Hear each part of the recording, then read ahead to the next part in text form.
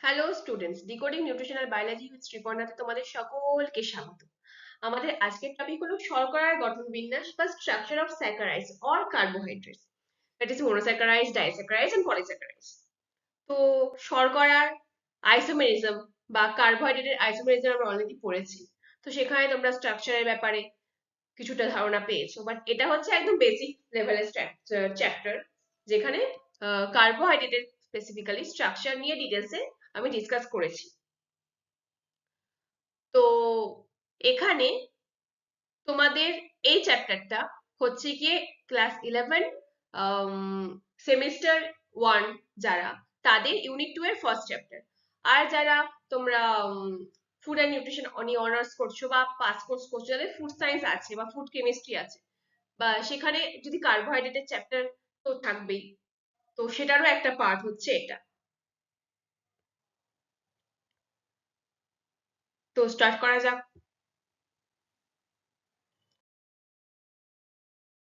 তো কার্বোহাইড্রেটের basic molecular formula হচ্ছে CnH2 এর হোল n। কার্বোহাইড্রেট মানে carbon plus hydro group. Carbon means এই কার্বনটা, আর হাইড্রো মানে H2O। সো দুটো মিলিয়ে হচ্ছে কার্বোহাইড্রেট। ওকে, এবার কার্বোহাইড্রেটের as per the functional group carbohydrate দু রকম হয়, একটা হচ্ছে অ্যালডোস, একটা হচ্ছে কিটোস। অ্যালডোস কোনগুলো? অ্যালডোস হচ্ছে গিয়ে তোমাদের যাদের অ্যালডিহাইড গ্রুপ আছে, আর কিটোস মানে কিটোন গ্রুপ আছে, ফাংশনাল গ্রুপ। সিম্পল।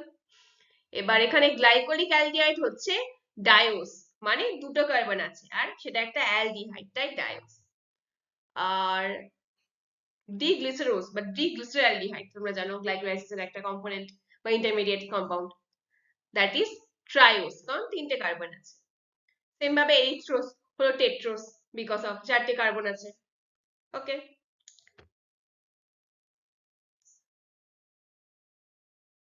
সেম ভাবে পেন্টোস আছে, লাইকসোস, ডি জাইলোস, ডি অ্যারাবিনোস, ডি রাইবোস, এগুলো সব পেন্টোস। দেখো প্রত্যেকের 5টা কার্বন আছে। তারপর ডি গ্যালাক্টোজ, ডি ম্যানোজ আর ডি গ্লুকোজ হচ্ছে আমাদের মোস্ট কমন কার্বোহাইড্রেট বা শর্করা, যেটা হেক্সোস অ্যাকচুয়ালি। তো আমরা যে শর্করা নিয়ে আমাদের অ্যাকচুয়াল কারবার বা আমাদের ফুড কার্বোহাইড্রেট মেন যেগুলো, সেগুলো হচ্ছে গ্লুকোজ অ্যান্ড গ্যালাক্টোজ এখানে। আরেকটা হয় ফ্রুক্টোজ। ফ্রুক্টোজের স্ট্রাকচারটা এখানে মেনশন করেনি, কারণ ফ্রুক্টোজ হচ্ছে কিটোজ। এগুলো সব অ্যালডোজ নিয়ে আমরা কথা বলছি।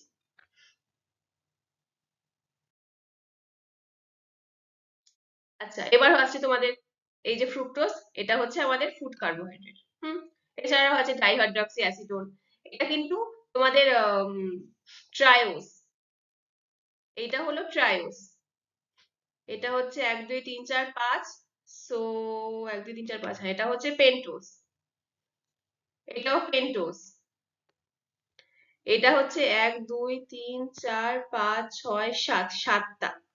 তো এটাকে বলা যেতে পারে হেপ্টোস বা হেপ্টিউলোস, বলছি যেহেতু কিটোস হিসেবে বলছে। ওকে,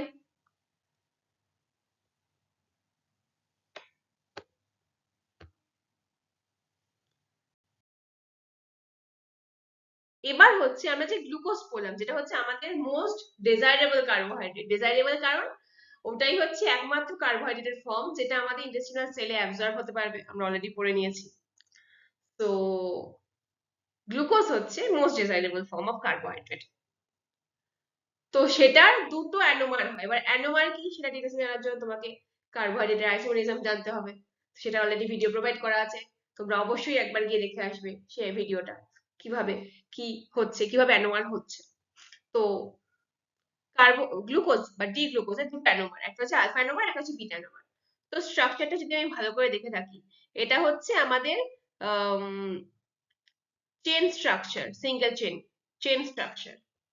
আর এই দুটো হচ্ছে আমাদের রিং স্ট্রাকচার,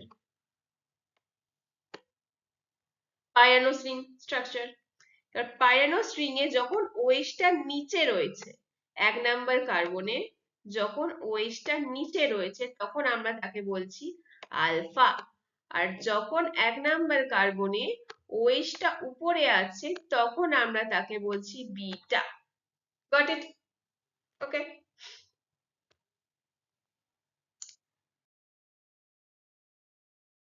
এবার আমরা জানছি এগুলো গেল মনোস্যাকারাইড। এবার আমরা ডাইস্যাকারাইডে এন্ট্রি নিচ্ছি। মনোস্যাকারাইডের স্ট্রাকচারের পর ডাইস্যাকারাইডের স্ট্রাকচার গুলোর ব্যাপারে আমরা জানবো। ডাইস্যাকারাইডের মধ্যে ফার্স্টে আছে মল্টোজ। তো মল্টোজ তৈরি হয় আলফা ডি গ্লুকোজ আর আলফা ডি গ্লুকোজ দিয়ে। এই আলফা ডি গ্লুকোজের এই হাইড্রোজেনটা এই ওএইচটাকে নিয়ে ওয়াটার হিসেবে এইরকম ভাবে বেরিয়ে গেল, যার ফলে এইরকম একটা স্ট্রাকচার তৈরি হলো যেটা হচ্ছে মল্টোজ। ওকে, এবার এই যে বন্ডটা সেটা হচ্ছে আলফা 1,4 গ্লাইকোসাইডিক বন্ড। তোমরা বন্ডটা ভালো করে দেখো, এটা হচ্ছে 1 মিনিট, এটা হচ্ছে আলফা 1,4 গ্লাইকোসাইডিক বন্ড। এই জায়গাটা, এই বন্ডটা যেখান থেকে এই H2O ফরম্যাটে এটা বেরিয়েছিল, যেখান থেকে H2O বেরিয়েছিল, আর বাকি এই ওটা এখানে এসে যুক্ত হলো, এইরকম একটা স্ট্রাকচার তৈরি করলো, যেটা হচ্ছে alpha 1,4 glycosidic bond because of alpha D glucopyranoside 1,4 alpha D glucopyranoside। এটা হচ্ছে একদম proper structural chemical name of the maltose. তো দুটো আলফা ডি গ্লুকোজ মিলিয়ে তৈরি কি হচ্ছে আমাদের মল্টোজ, এন্ড ফর্ম হচ্ছে এরকম ভাবে। তো যখন আর সেম ভাবে যখন মল্টোজ এনজাইমের এফেক্টে ভাঙছে, তখন সেম ভাবে হাইড্রোলাইজ এনজাইমের মাধ্যমে ওয়াটার অ্যাড হয়ে মল্টোজটা দুভাগে ভাঙছে, মানে এইখানটায় ওয়াটার অ্যাড হচ্ছে বেসিক্যালি তখন যখন হাইড্রোলিসিস হচ্ছে। Let me change the colour. এই জায়গাটায়, এই পজিশনটায় তোমাদের অ্যাড হচ্ছে ওয়াটার, অ্যাড হয়ে সেম ভাবে মল্টোজ ভাঙছে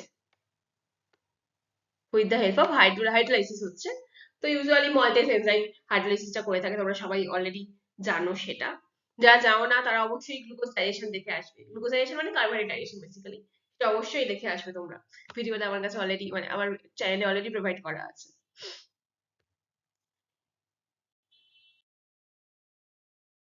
এরপর হচ্ছে, আচ্ছা এটাই হচ্ছে তোমার যেটা ইংলিশে পড়ালাম সেটাই বেঙ্গলি ভার্সন দেওয়া আছে, এখানে আর কিছু নেই।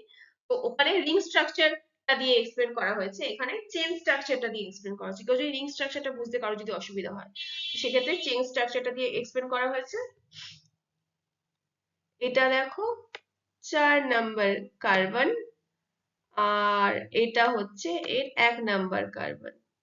তো কি হচ্ছে এখান থেকে এইচ, এখান থেকে OH, আচ্ছা sorry 2 minute, let me change the colour, তাহলে ভালো বুঝবে।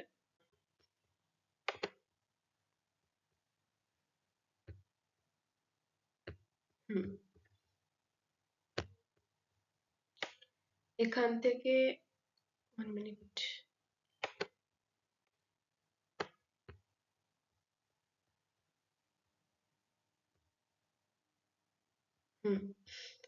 এখান থেকে H, এখান থেকে OH, দুজনে একসাথে বেরিয়ে গেল H2O ফরম্যাটে।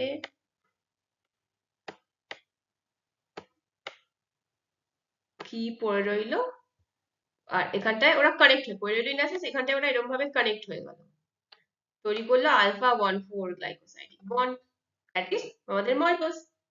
ওকে, এরপর আমরা আসছি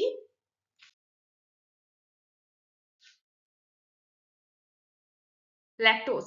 বিটা ল্যাকটোজ, বিটা ল্যাকটোজ কেন? কারণ ল্যাকটোজ, দেখো ল্যাকটোজ তৈরি হওয়ার জন্য আমাদের বিটা গ্যালাক্টোজ আর বিটা গ্লুকোজ লাগছে। এখানেই হচ্ছে আলফা আর বিটা ফর্ম করার গুরুত্ব। এই কারণে আমাকে আলফা আর বিটা অ্যানোমার গুলোকে জানতে হবে, নইলে কিন্তু আমরা স্ট্রাকচারই ঠিকঠাক বুঝতে পারবো না। স্ট্রাকচার যদি বুঝতে না পারি আমরা লিঙ্কেজও বুঝতে পারবো না। ওখানে কিন্তু আলফা 1,4 লিঙ্কেজ হচ্ছিল, এখানে কিন্তু বিটা 1,4 লিঙ্কেজ হচ্ছে। দেখতেই পাচ্ছ তোমরা কিভাবে কি হচ্ছে। তো স্ট্রাকচার জানার সাথে কার্বোহাইড্রেট আইসোমেরিজম জানাটাও খুবই ইম্পর্টেন্ট। তো বিটা ডি গ্যালাক্টোজ আর বিটা ডি গ্লুকোজ, যে ওই OH এর পোর্শন দেখো মার্কও করা আছে সুন্দর করে, যেটা H2O ফরম্যাটে বেরিয়ে যাচ্ছে, বেরিয়ে গিয়ে এখানটা একটা বিটা 1,4 গ্লাইকোসাইডিক লিঙ্কেজ তৈরি করছে। ওকে, আর এর কেমিক্যাল নেম হচ্ছে বিটা ডি গ্যালাক্টোপাইরানোসাইন 1,4 বিটা ডি গ্লুকোপাইরানোসাইন।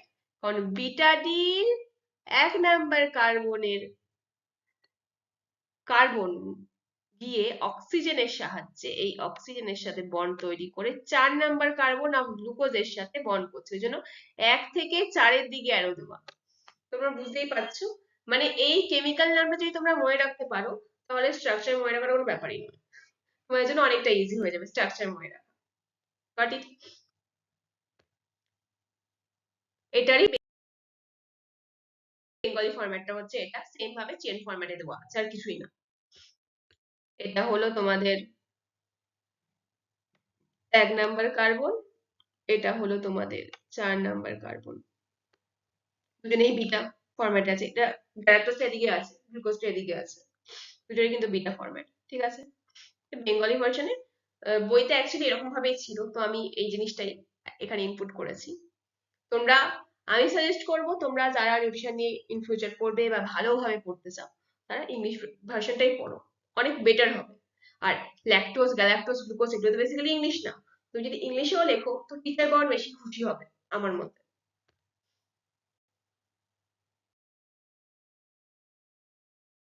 আচ্ছা, নেক্সট হচ্ছে আমাদের সুক্রোজ, যেটা আমরা রেগুলার খাচ্ছি চিনি হিসেবে, চায়ের সাথে, কফির সাথে, আর অনেক কিছুর সাথে।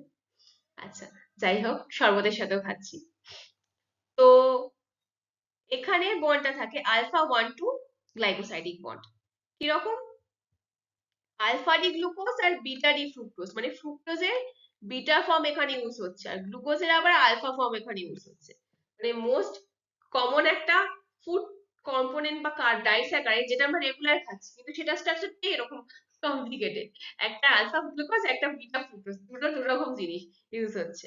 ইউজ হয়ে α1 2 গ্লাইকোসাইডিক বন্ড তৈরি করছে। তোমরা দেখতে পাচ্ছ OH আর H টাকে মার্ক করাও আছে, এইরকম ভাবে অ্যাটাচ হয়ে যাচ্ছে এই জায়গাটায়, অ্যাটাচ হয়ে ওরা এরকম একটা বন্ড তৈরি করছে, দ্যাট ইজ α1 2 গ্লাইকোসাইডিক বন্ড। আর ওদের কেমিক্যাল নামটা হচ্ছে আলফা ডি গ্লুকোপাইরানোসাইন 1 2 বিটা ডি ফ্রুক্টোফিউরানোস। কারণ গ্লুকোজের 1 নাম্বার কার্বন, ফ্রুক্টোজের 2 নাম্বার কার্বন এর মধ্যে বন্ড তৈরি হচ্ছে।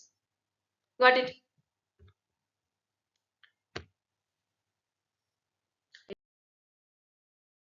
এটা হচ্ছে সেটারই বেঙ্গলি ফর্ম, একদম same.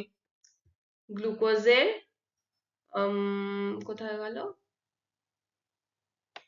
1 number carbon and ফ্রুক্টোজের 2 number কার্বনের মধ্যে বন্ড তৈরি হচ্ছে, দ্যাট ইজ α1 2 গ্লাইকোসাইডিক বন্ড। ওকে,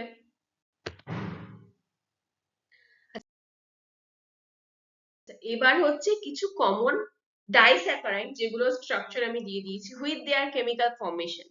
তো এখানে যে কেমিক্যাল ফর্মেশন রিলেটেড যে নেমটা আছে ওটা দেখে তোমরা আন্দাজ মানে বুঝতেই পারবে যে তাদের কম্পোনেন্টটা কি, বা তাদের সেই ডাইস্যাকারাইডটার স্ট্রাকচারটা কোত্থেকে আসছে, কোন কোন মনোস্যাকারাইড থেকে আসছে। যেমন এখানে দেখো মল্টোজের ক্ষেত্রে alpha glucose, alpha D glucose আর আলফা ডি গ্লুকোজ থেকে আসছে। সুক্রোজের ক্ষেত্রে alpha D glucose beta D fructose থেকে আসছে। ল্যাকটোজের ক্ষেত্রে বিটা ডি গ্লুকোজ এই গ্যালাক্টোজ আর বিটা ডি গ্লুকোজ থেকে আসছে। ট্রি হ্যালোসের ক্ষেত্রে আলফা ডি গ্লুকোজ আর আলফা ডি গ্লুকোজ থেকে আসছে। সেলো বায়োজের ক্ষেত্রে বিটা ডি গ্লুকোজ আর বিটা ডি গ্লুকোজ থেকে আসছে। ল্যাকটিউলোজের ক্ষেত্রে বিটা ডি গ্যালাক্টোজ আর বিটা ডি ফ্রুক্টোজ থেকে আসছে। তোমরা বুঝতেই পারছো জিনিসটা কিভাবে কি হচ্ছে। এটা হচ্ছে বেসিক স্ট্রাকচার, এটা অনেকটা ডিটেলসে আছে। তোমরা যারা ভালোভাবে পড়তে চাও তো তাদেরকে আমি বলবো যে এগুলো নোট আউট করে নিলে তোমাদের খুবই সুবিধা হবে। আর যদি তোমরা PDF নোটস পেতে চাও তো অবশ্যই আমাকে পার্সোনালি হোয়াটসঅ্যাপ করো, then I can provide you.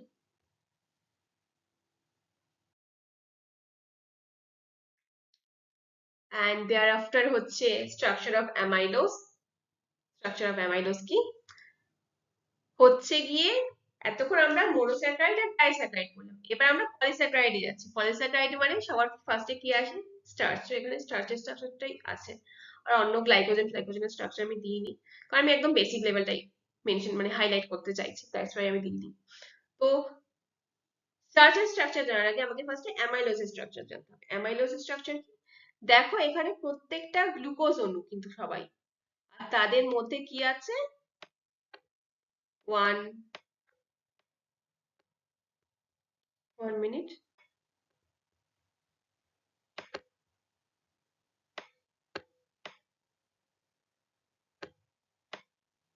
1,4 glycosidic bond.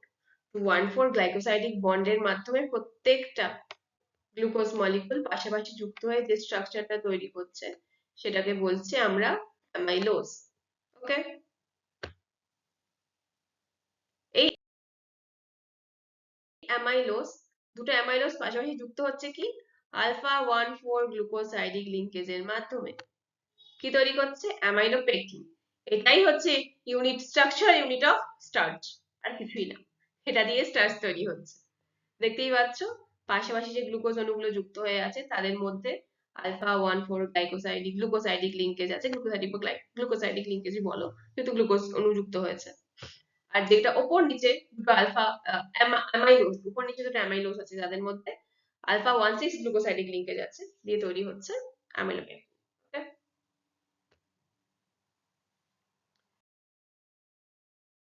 আচ্ছা, এবার যেটা আমি বললাম এভাবেই স্টার্চ তৈরি হচ্ছে। স্টার্চের ওভারঅল স্ট্রাকচারটা হচ্ছে এইরকম। এখানে দেখো একটা পোর্শনকে হাইলাইট করে দেওয়া হয়েছে, গ্লুকোজ মলিকুল দিয়ে তৈরি হচ্ছে স্টার্চ। ওকে, তো that is all for today. আজকে আমরা প্রচুর স্ট্রাকচার পড়ে নিয়েছি, একসাথে অনেক কিছু, অনেক রকম স্ট্রাকচার পড়ে নিয়েছি। তো আমি তোমাদের অনেক ওভারঅল স্ট্রাকচার গুলো বলেছি। প্রত্যেকটা স্ট্রাকচারের ব্যাপারে ডিটেলসে আমি আমার পার্সোনাল ক্লাসগুলোতে ডিসকাস করি, যখন আমি পার্সোনাল ক্লাস নিই ডেফিনেটলি। তো এটা তো ভিডিও, তো এটা যত শর্ট করা যায় তাই করতে হবে, কারণ অনেক ব্যাপার আছে আপলোড করার, টাইমিং এর ব্যাপার আছে না। তো যতটা পেরেছি আমি বলেছি, আশা করি তোমরা বুঝতে পেরেছো আমার ভিডিওটি। যদি আমার ভিডিওটি ভালো লেগে থাকে তাহলে অবশ্যই চ্যানেলটি লাইক করবে এন্ড সাবস্ক্রাইব করে রাখবে, আর বেল আইকনটিকে অন করে রাখতে ভুলবে না। আর আরো নতুন নতুন ভিডিও পাওয়ার জন্য আমাকে অবশ্যই ফলো করতে হবে। Thank you today.